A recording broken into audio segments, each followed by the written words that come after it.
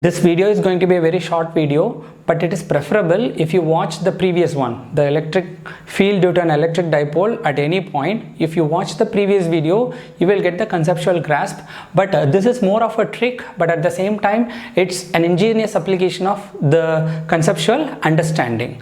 How is that? Previously, at the beginning of this chapter, we know that if there is a dipole of dipole moment P, and this is negative charge Q, minus Q, positive charge plus Q at a point on its axial line. So at a point on its axial line, from the center of the dipole, if that point is at a distance r, electric field at that point on the axial line will be equal to 1 by 4 pi epsilon naught 2p by r cube.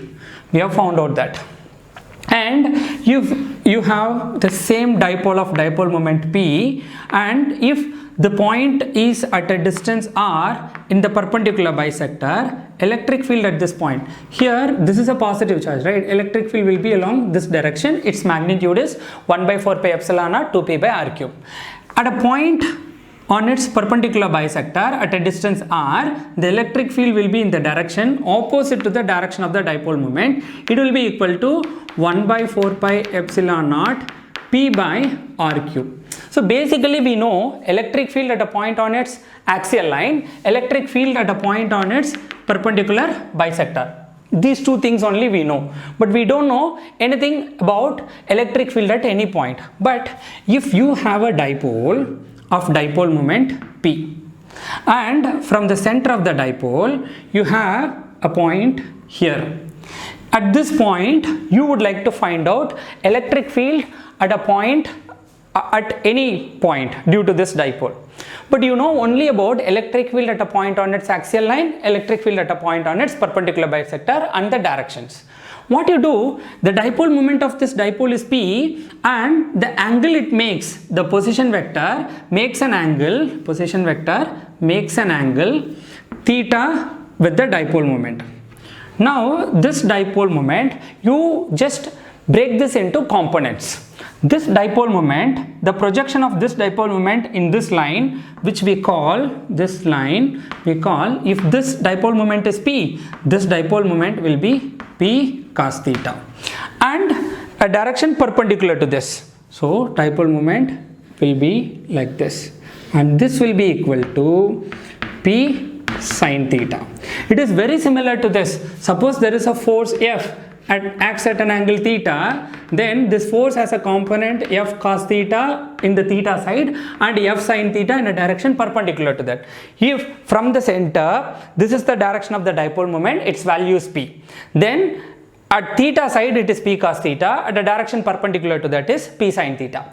Once you just break the dipole moment into components, you don't need the original dipole moment, because this single dipole is now represented by these two dipoles. So we don't need this original. Let us remove this. Now we'll be able to understand this better. Now two dipoles are there. One has got a dipole moment P cos theta, the other has got a dipole moment P sin theta. This point lies at the axial line of P cos theta dipole and perpendicular bisector of P sin theta dipole.